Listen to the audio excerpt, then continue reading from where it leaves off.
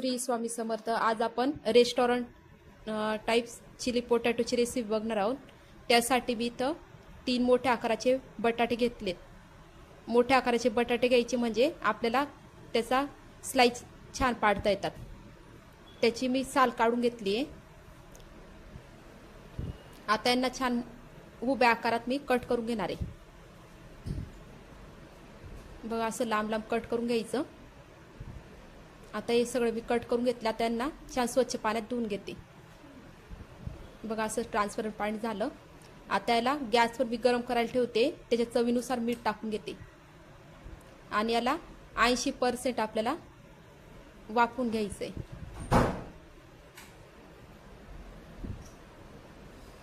बघा अशी वाफ येऊ द्यायची।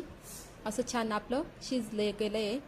आता याला मी चाळणीत काढून घेते म्हणजे याचं पाणी सगळं निथळून जाईल आणि बटाटे आपले कोरडे होतील। आता इथं मी 3 चमचे मैदा घेतलाय। त्याच्यात कुरकुरीतपणा येण्यासाठी 2 चमचे कॉर्नफ्लॉवर घेतले। काळी मिरी पावडर घेतलंय अर्धा टीस्पून। चवीनुसार मीठ घेतलंय। आता पाणी थोडं पाणी टाकत असा गोल तयार करून घेते त्याचा। बघा असं छान गोल तयार करून घ्यायचा आपण।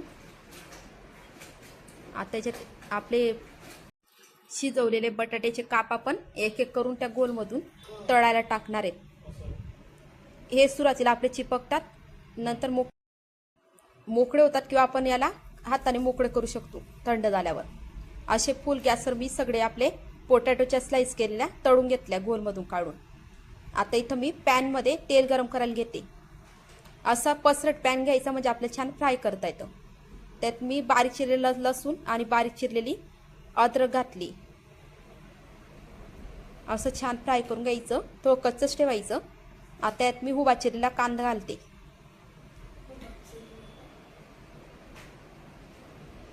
असं त्याला आता इथं उभी चिरलेली शिमला मिरची घालून घेतली आहे। तुम्ही कलरवाल्या शिमला मिरची पण यूज करू शकता, येलो कलर रेड कलरवाली। त्याच्यानं पण कलरफुल होईल आपली पोटॅटो चिली। आता मी 1 चमचा शेजवान सॉस घालून घेतलाय। डार्क सोया सॉस घातलाय 1 चमचा। आता याला छान फ्राय करून घेते। तुम्ही यात रेड चिली सॉस पण घालू शकता। आता यात मी टोमॅटो सॉस घालून घेतलाय। आता हे छान आपण मिक्स करून घेऊ। आता याच्यात मी जे आपण मैद्याचं आणि कॉर्न मिश्रण तयार केलं होतं ते उरलेलं होतं, त्याच्यात मी थोडं पाणी टाकून ते याच्यात टाकून घेतलं म्हणजे घट्टपणा येईल याला थोडा आणि थोडं ओलसर होईल आपलं चिली। तुम्हाला जास्त ओलसर हवी असेल, चिली ग्रेव्ही हवी असेल तर तुम्ही कॉर्नफ्लोअर अजून मिक्स करू शकता त्यात आणि ते मिश्रण यात घालून द्यायचं म्हणजे आपली ग्रेव्ही छान तयार होते।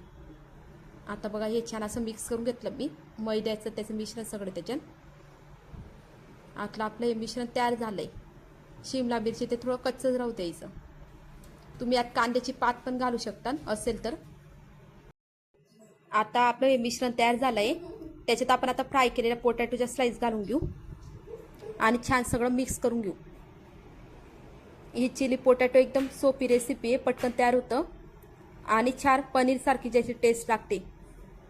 कधी खावंसं वाटलं तर तुम्ही नक्की ट्राय करा आणि कसं झालं ते कमेंट्समध्ये नक्की सांगा।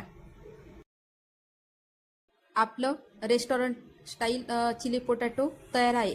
तुम्हाला ही रेसिपी आवडली तर लाईक नक्की करा आणि चॅनलला नवीन असाल तर सबस्क्राईब करायला विसरू नका। श्री स्वामी समर्थ।